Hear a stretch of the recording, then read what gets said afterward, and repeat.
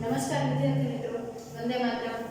ધોરણ 11 કોમર્સ, વિષય BA, chapter 5 ધંધાકીય વ્યવસ્થાના સ્વરૂપો ભાગ 1. તો આ ચેપ્ટરમાં આપણે વૈયક્તિક માલિકીની પેઢી, બરાબર, અને હિન્દુ અવિભક્ત કુટુંબની પેઢી, આ બે ટોપિક ભણેલા. એના પછી આજે આપણે ત્રીજો ટોપિક ભણવાનો છે ભાગીદારી પેઢી. બરાબર, આ ચેપ્ટરમાં આપણે ટોટલ 3 ટોપિક ભણવાના હતા: વૈયક્તિક માલિકીની પેઢી, હિન્દુ અવિભક્ત કુટુંબની પેઢી અને ભાગીદારી પેઢી. તો આજે આપણે ભાગીદારી પેઢી વાળો જે પોઈન્ટ છે એ શરૂ કરવાનો છે. તો સૌથી પહેલા ભાગીદારી પેઢી એટલે શું એ આપણે સમજી લઈએ. તો સમજો કે બે કે એનાથી વધારે લોકો મળીને ધંધો કરતા હોય તો એને ભાગીદારી પેઢી કહેવાય. બરાબર, 2 3 4 5 10 જણા લોકો મળીને ભેગા ધંધો કરતા હોય તો એને ભાગીદારી પેઢી કહેવાય, પાર્ટનરશિપ. બરાબર, એક વ્યક્તિ ધંધો કરતો હોય તો એને શું કહેવાય? વૈયક્તિક માલિકીની પેઢી. આખું કુટુંબના સભ્યો મળીને ધંધો કરતા હોય તો એને હિન્દુ અવિભક્ત કુટુંબની પેઢી કહેવાય. બરાબર, અને 2 કે એનાથી વધારે લોકો મળીને જો ધંધો કરતા હોય તો એને શું કહેવાય? ભાગીદારી પેઢી કહેવાય. બરાબર, સપોઝ કે આપણે એક્ઝામ્પલ લઈએ કે ભાઈ આ 4 વ્યક્તિઓ છે, બરાબર, 4 કે 5 વ્યક્તિઓ છે એ સાથે મળીને ધંધો કરે છે. બરાબર, સાથે મળીને ધંધો કરે છે એટલે તો કે ધંધાની શરૂઆત કરવા માટે આ પાંચેય મળીને મૂડી લાવ્યા. બરાબર, પાંચેય લોકો મૂડી લાવે. પછી પેઢીમાં જે કંઈ પણ કામ કરવાના હોય, ખરીદી, વેચાણ, હિસાબ, એ આ પાંચેય મળીને વહેંચી લે. બરાબર, કે ભાઈ આ એ નામના વ્યક્તિને હિસાબ રાખવાનો છે, બી નામના વ્યક્તિને બેંકના કામકાજ સંભાળવાના છે, સી નામના વ્યક્તિને બધી ખરીદીનું કામ કરવાનું, આને બધું વેચાણનું કામ કરવાનું, બરાબર, આને જાહેરાતનું કાર્ય સંભાળવાનું છે. એવી રીતે પાંચેય જણા કામ વહેંચી લે. બરાબર, અને આવી રીતે ધંધો ચાલે. પછી જે કાંઈ પણ નફો થાય એ પણ બધા વહેંચી લે, અને જો કદાચ ખોટ ગઈ હોય તો પણ બધા વહેંચી લે. એટલે આવી રીતે જે ધંધો ચલાવતો હોય એને શું કહેવાય? ભાગીદારી પેઢી કહેવાય. બરાબર, તો ચાલો આપણે ભાગીદારી પેઢીની વ્યાખ્યા જોઈએ. તો ભાગીદારી એ એવી ધંધાકીય વ્યવસ્થા છે કે જેમાં ધંધાની માલિકી એક કરતાં વધુ વ્યક્તિની હોય. બરાબર, આ પાંચે પાર્ટનર છે તો એમાંથી ધંધાનો માલિક કોણ? તો પાંચે પાંચ માલિક જ કહેવાય ને, કારણ કે પાંચે પાંચ મૂડી લાવ્યા છે, પાંચે પાંચ કામ કરે છે. તો આમાં શું કીધું કે એવી ધંધાકીય વ્યવસ્થા છે જેમાં ધંધાની માલિકી એક કરતાં વધુ વ્યક્તિઓની હોય. બરાબર, અને બીજું શું કીધું કે સંચાલન કોણ કરશે? તો હવે એક વાત હું તમને કહું કે જ્યારે પણ ભાગીદારી પેઢી શરૂ થાય ને ત્યારે બધા પાર્ટનર્સ વચ્ચે, બધા ભાગીદારો વચ્ચે કરાર થાય, કોન્ટ્રાક્ટ થાય. બરાબર, શું કોન્ટ્રાક્ટ થાય?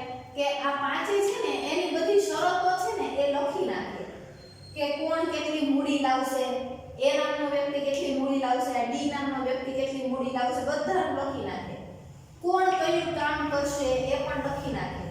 બરાબર, તો આવો આખો ધંધો કઈ રીતે આપણે ચલાવવો છે પાંચે પાંચ વ્યક્તિ લખી નાખે. બરાબર, એ ટાઈપનો કરાર, કોન્ટ્રાક્ટ બનાવી નાખે. તો સંચાલન કોણ કરશે? પેઢીનું મેનેજમેન્ટ કોણ કરશે? એ પણ આપણે કરારમાં લખી નાખ્યું હોય. કોણ કેટલી મૂડી લાવશે, કોણ કામ કરશે, કોણ કયું કામ કરશે, બરાબર, કોના ભાગમાં કેટલો નફો આવશે, કોના ભાગમાં કેટલી ખોટ આવશે, પેઢીનું સંચાલન કોણ કરશે, બધી જ વિગતો આપણે લખી નાખવાની હોય. બરાબર, આ કરાર છે આપણે મોઢે બોલીને પણ નક્કી કરી નાખીએ તો પણ ચાલે અને લખી નાખીએ તો પણ ચાલે. બરાબર, તો ભાગીદારી પેઢી શરૂ કરતા પહેલા આ પાંચેય વચ્ચે કરાર થઈ ગયો હોય, કોન્ટ્રાક્ટ થઈ ગયો હોય.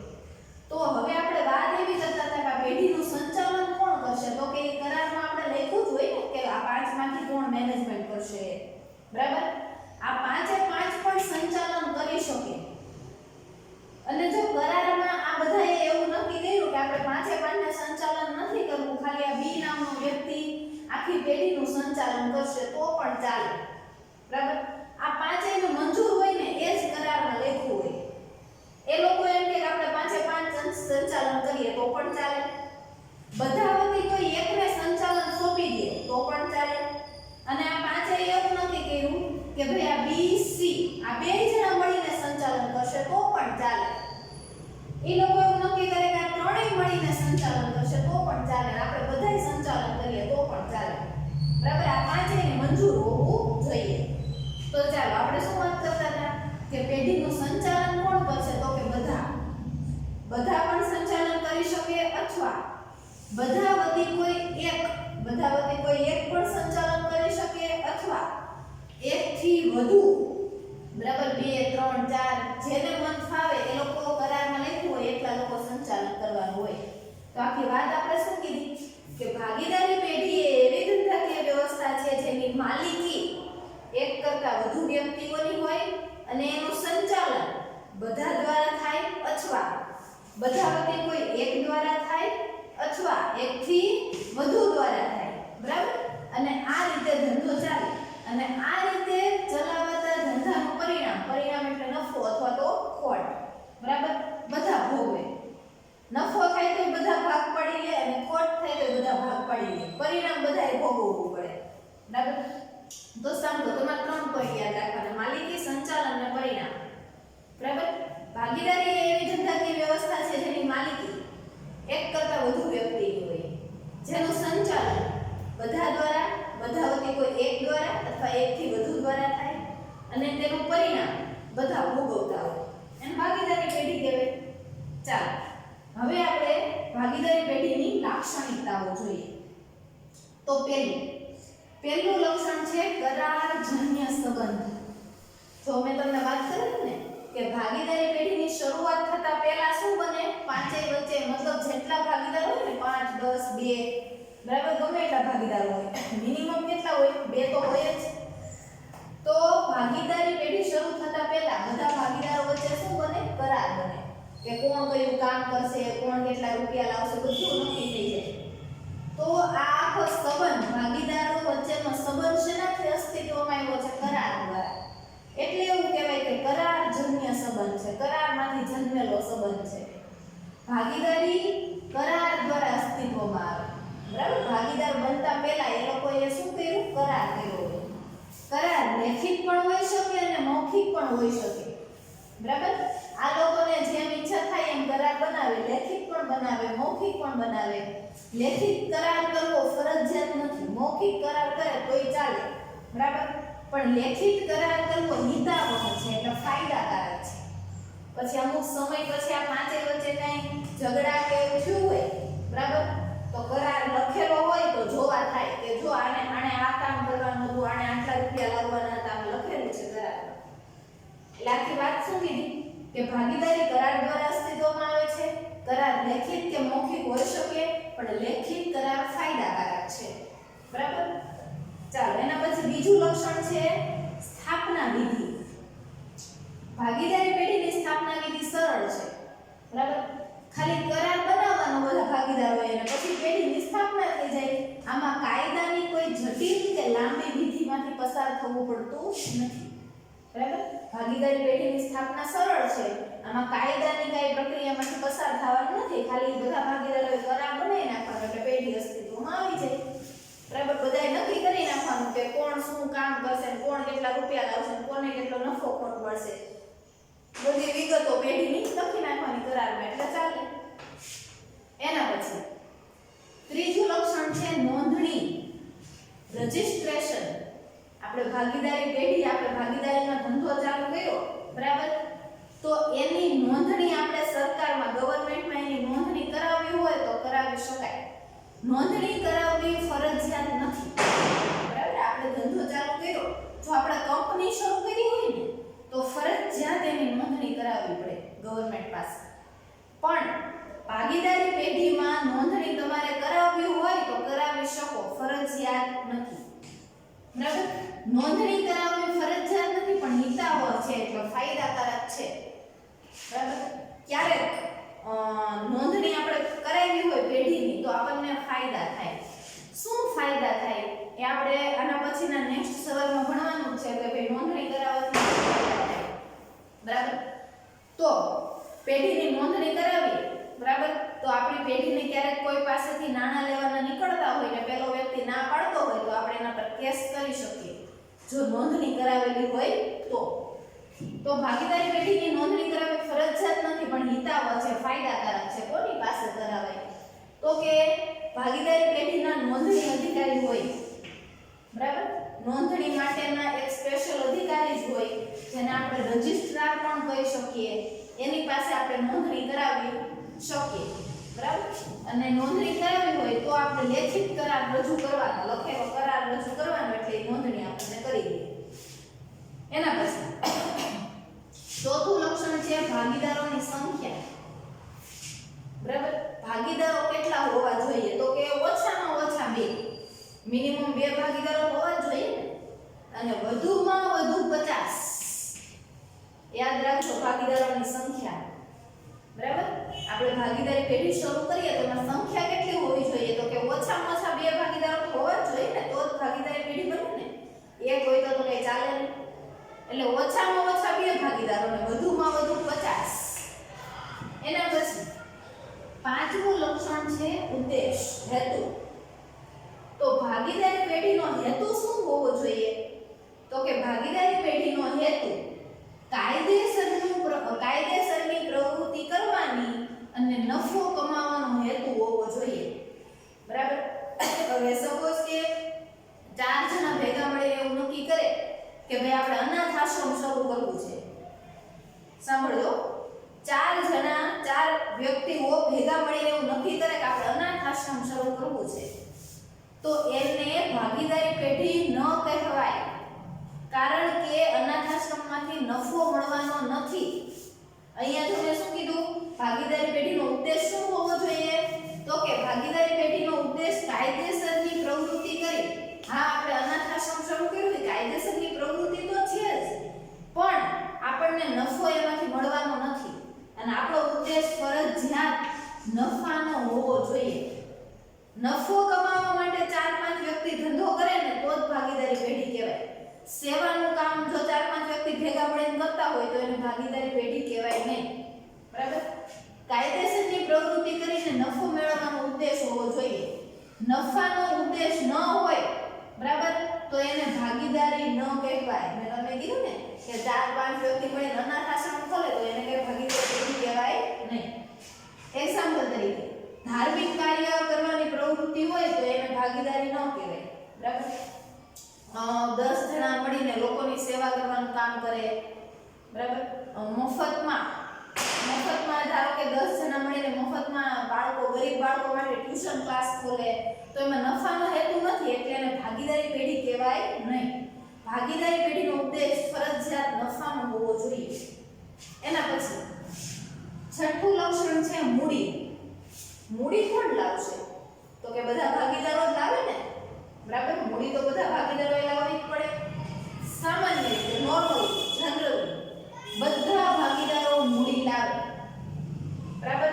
બધા ભાગીદારો મૂડી લાવે પણ બધાએ મૂડી લાવવી ફરજિયાત નથી. હવે આ શું કહેવા માંગે છે તો સાંભળો. ધારો કે આપણા 5 પાર્ટનર છે A B C D અને E, બરાબર. પાંચે મળી ધંધો ચાલુ કરે તો સામાન્ય રીતે તો 5 મૂડી લાવશે. પણ ધારો કે એ પાંચેય કરારમાં એવું નક્કી કર્યું કે D નામનો વ્યક્તિ છે ને, D નામનો વ્યક્તિ એ મૂડી નહીં લાવે તો ચાલશે, બરાબર.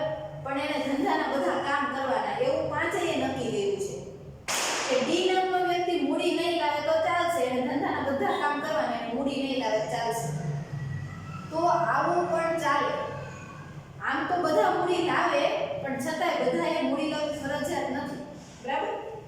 કરાર મુજબ બધાએ મૂડી લાવશે. કરારમાં લખ્યું હશે ને, કરારમાં લખ્યું હશે કે D મૂડી નહીં લાવે તો નહીં લાવે. કરારમાં લખ્યું હશે કે B અને C બંને મૂડી નહીં લાવે તો નહીં લાવે. કરારમાં દર્શાવ્યા મુજબ મૂડી લાવશે બધા. એના પછી સાતમો મુદ્દો છે સંચાલન. સંચાલન કોણ કરશે એ તો આપણે વ્યાખ્યામાં જ ભણી ગયા. સંચાલન કોણ કરે, સંચાલન કોણ કરશે કરારમાં લખ્યું હશે. કાં તો બધા કરશે, કાં તો બધા વતી કોઈ એક કરશે અને કાં તો એક કરતા વધારે કરશે, બરાબર. કરારમાં દર્શાવ્યા મુજબ સંચાલન કરવાનું હોય. કરારમાં દર્શાવ્યા મુજબ બધા ભાગીદારો બધામાંથી કોઈ એક ભાગીદાર અથવા એકથી વધુ ભાગીદારો સંચાલન કરે, બરાબર? બધાય ભાગીદારોને પેઢીના નિર્ણય લેવાનો હક છે, બધાય માલિક છે, બધા ભાગીદારો માલિક છે એટલે નિર્ણય લેવાનો હક બધાયને છે, બરાબર? પણ આખી પેઢીનું મેનેજમેન્ટ કોણ કરશે? સંચાલન એ કરારમાં લખ્યું હોય એમ. બધા ભાગીદારો પણ સંચાલન કરી શકે, બધા વતી એક પણ કરી શકે અને એક કરતાં વધારે લોકો પણ સંચાલન કરી શકે, બરાબર? એના પછી આઠમું લક્ષણ છે અમર્યાદિત જવાબદારી. અમર્યાદિત જવાબદારી મેં તમને આગળ પણ વાત કરેલી કે આ જે મુદ્દો છે ને બરાબર સમજી લેજો. અમર્યાદિત જવાબદારી 5મા અને 6થા ચેપ્ટરમાં અનેક વાર આ મુદ્દો આવશે. આ જ ચેપ્ટરમાં અગાઉ 2-3 વાર આપણે એની ચર્ચા કરી લીધી છે. અમર્યાદિત જવાબદારી એટલે શું, બરાબર? જો પેઢીનું દેવું વધી જાય તો માલિકે એની અંગત મિલકતો વેચીને પણ પેઢીનું દેવું ચૂકતે કરવું પડે, એને અમર્યાદિત જવાબદારી કહેવાય, બરાબર? હજી એકવાર હું તમને નાનું એવું ઉદાહરણ આપી દઉં કે સપોઝ કે આપણી પેઢી પાસે 10 લાખની મિલકતો છે, બરાબર? આપણે જે ધંધો ચાલુ કર્યો ને ધંધાની મિલકતો 10 લાખની છે, દુકાન ને ફર્નિચર ને બધું થઈ. આપણે રૂપિયા ઘટ્યા એટલે આપણે બહારથી ઉછીના લાવ્યા, બરાબર? સપોઝ કે આપણે 17 લાખ રૂપિયા ઉછીના લાવ્યા એટલે 17 લાખ એ આપણું શું કહેવાય? દેવું કહેવાય. આ 10 લાખની મિલકતો છે, 17 લાખનું દેવું છે, એ તો પાછું આપવું જ પડશે, આપણે પરત કરવા પડે ને 17 લાખ. હવે ધારો કે આપણે ધંધાની બધી મિલકતો વેચી દઈએ તોય 10 લાખ રૂપિયા આવે, એ આપણે પરત કરી દઈએ. હજી કેટલા દેવાના બાકી છે? 7 લાખ. એ આપણા ઘરની મિલકતો વેચીને પણ 7 લાખ ચૂકતે કરવા પડે, એને અમર્યાદિત જવાબદારી કહેવાય, બરાબર? તો ભાગીદારી પેઢીમાં બધા ભાગીદારોની જવાબદારી અમર્યાદિત હોય. જો ભાગીદારી પેઢીનું દેવું વધી જાય ને તો બધાય ભાગીદારોએ પોતપોતાની અંગત મિલકત વેચીને દેવું ચૂકતે કરવું પડે, બરાબર? જરૂર પડે તો અંગત મિલકત વેચીને પણ પેઢીનું દેવું ચૂકવવું પડે. હવે ચાલો આપણે એક એક્ઝામ્પલ લઈએ કે 3 ભાગીદાર હતા, બરાબર? આ 3 ભાગીદાર છે. હવે આપણી પેઢીનું દેવું વધી ગયું છે, બરાબર? સપોઝ કે આપણી પેઢી ઉપર 6 લાખનું દેવું છે તો દેવું તો ચૂકતે કરવું જ પડશે, કારણ કે ભાગીદારોની જવાબદારી કેવી છે? અમર્યાદિત. હવે ત્રણેયના ભાગમાં 2 લાખ રૂપિયા આવે દેવું, તો ત્રણેય પોતપોતાની મિલકત ઘરની મિલકત વેચીને દેવું ચૂકતે કરવું પડશે. પણ ધારો કે આ એ નામના વ્યક્તિ પાસે કોઈ મિલકત જ નથી, એની ઘરની કોઈ મિલકત જ નથી, તો આ 2 જણાએ મળીને પણ 6 લાખ તો ચૂકતે કરવા જ પડશે. પછી આ લોકો એમ કે હું તો મારા ભાગમાં 2 લાખ જ ચૂકવીશ તો ચાલે નહીં, બરાબર? આની પાસે મિલકત ન હોય તો આ બંને મળીને પણ 6 લાખ તો ચૂકતે કરવા જ પડે.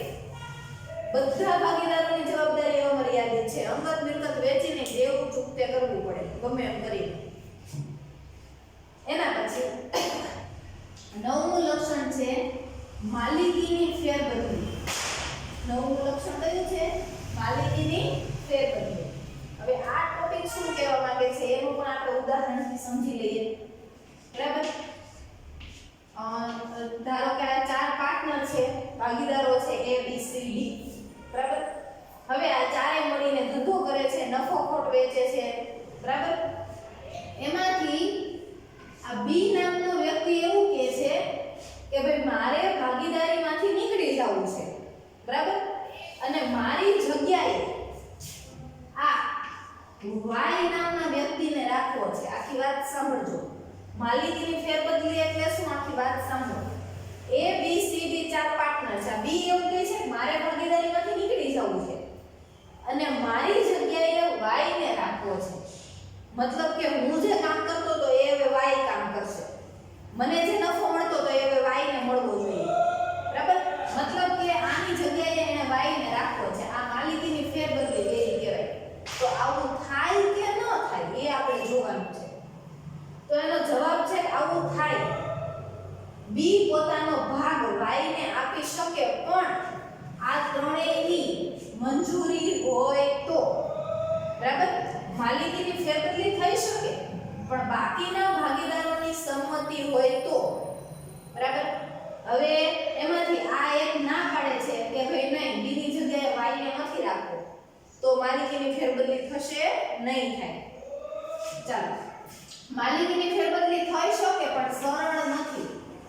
થઈ શકે પણ અઘરી છે. બધા જ ભાગીદારોની સંમતિ લેવી પડે. બધા જ ભાગીદારોની સંમતિ હોય, જો b ને એનો ભાગ y ને આપવો છે તો આ ત્રણેયની સંમતિ લેવી પડે. બધાયની સંમતિ હોય તો જ પોતાનો હિસ્સો આપણે અન્યને આપી શકીએ, માલિકીની ફેરબદલી થઈ શકે, પણ બધાયની પરમિશન લેવી પડે. એના પછી 10મું લક્ષણ છે ધારાકીય સ્થાન. ભાગીદારી પેઢીને કાયદામાં ક્યાં સ્થાન મળ્યું છે એનો મુદ્દો છે. તો ભાગીદારી પેઢી માટે સ્પેશિયલી આખો કાયદો બનેલો છે, ભાગીદારી ધારો 1932. ભાગીદારી પેઢીની સ્થાપના કેમ કરવી, કઈ રીતે એનો વહીવટ સંભાળવો, કઈ રીતે નોંધણી કરાવવી, બરાબર, કરારમાં કઈ કઈ વિગતો લખવી, બધું જ આ કાયદામાં લખેલું છે. કયો કાયદો? ભાગીદારી ધારો 1932. આ યાદ રાખજો, તમને વિકલ્પ પૂછાઈ શકે કે ભાગીદારી ધારો ક્યારે અસ્તિત્વમાં આવ્યો, તો 1932 માં. તો ભાગીદારી ધારો 1932 છે ને, એમાં ભાગીદારી પેઢી વિશેની તમામ જોગવાઈઓ છે. ભાગીદારોના હક, ફરજ, ભાગીદારોને લાગુ પડતા કાયદા, વિસર્જનની જોગવાઈ, એટલે પેઢી આપણે વિસર્જન એટલે પેઢી બંધ કરી દેવી, બરાબર. તો ત્યારે શું કરવું પડે કે બધી જ વિગતો આ કાયદામાં લખેલી છે. અને એના પછી આપણું છેલ્લું લક્ષણ છે પેઢીનું આયુષ્ય. ભાગીદારી પેઢીનું આયુષ્ય કેટલું છે, બરાબર. તો એક વાત સમજી લેજો કે ભાગીદારી અને ભાગીદારી પેઢી એ બે વસ્તુ અલગ અલગ છે. જો આ ચારેય ભાગીદારો છે, બરાબર, તો આ ચારેય વચ્ચે સંબંધ કહેવાય. ભાગીદારી એ ચારેય વચ્ચેનો સંબંધ છે, ચારેય એકબીજાના પાર્ટનર છે, બરાબર. અને આ ચારેય મળીને જે ધંધો ચલાવે છે ને એને કહેવાય ભાગીદારી પેઢી, બરાબર. હવે સમજો કે આ ચાર ભાગીદારો છે, એમાંથી આ બી નીકળી ગયો, બરાબર. આ બી નીકળી ગયો. પહેલા આ ચારેય વચ્ચે ભાગીદારી હતી, પણ એમાંથી આ બી નીકળી ગયો એટલે ભાગીદારીનો અંત આવી ગયો, બરાબર. પણ આ ત્રણેય છે એ પેઢી તો હજી ચલાવે જ છે, ધંધો તો હજી આ ત્રણેય ચલાવે જ છે, તો ભાગીદારી પેઢી તો હજી ચાલુ જ છે. પણ આપણી જૂની ભાગીદારી હતી ચાર વચ્ચે, એનો અંત આવી ગયો છે, કારણ કે આ બી નીકળી ગયો ને એટલે, બરાબર. હવે આ A C D ત્રણ ભાગીદારો છે, તો એ નવી ભાગીદારી છે, જૂની ભાગીદારીનો અંત આવી ગયો. અને આ ત્રણેય મળીને પેઢી ચલાવે છે એટલે ભાગીદારી પેઢી તો હજી ચાલુ જ છે. અંત શેનો આવ્યો છે? ભાગીદારીનો.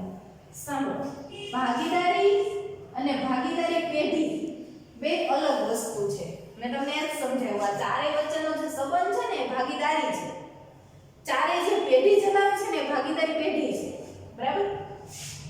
કોઈ એક ભાગીદારનું મૃત્યુ થાય, જો આ ચારમાંથી કોઈ એક ભાગીદારનું મૃત્યુ થાય, કોઈ અસ્થિર મગજનો ઝાડ થાય એટલે માનસિક બીમાર થઈ જાય, બરાબર, કોઈ નીકળી જાય ભાગીદારીમાંથી, તો ભાગીદારીનો અંત આવે, બરાબર. ભાગીદારીનો અંત આવે પણ અન્ય ભાગીદારો છે એ પેઢી શરૂ રાખી શકે.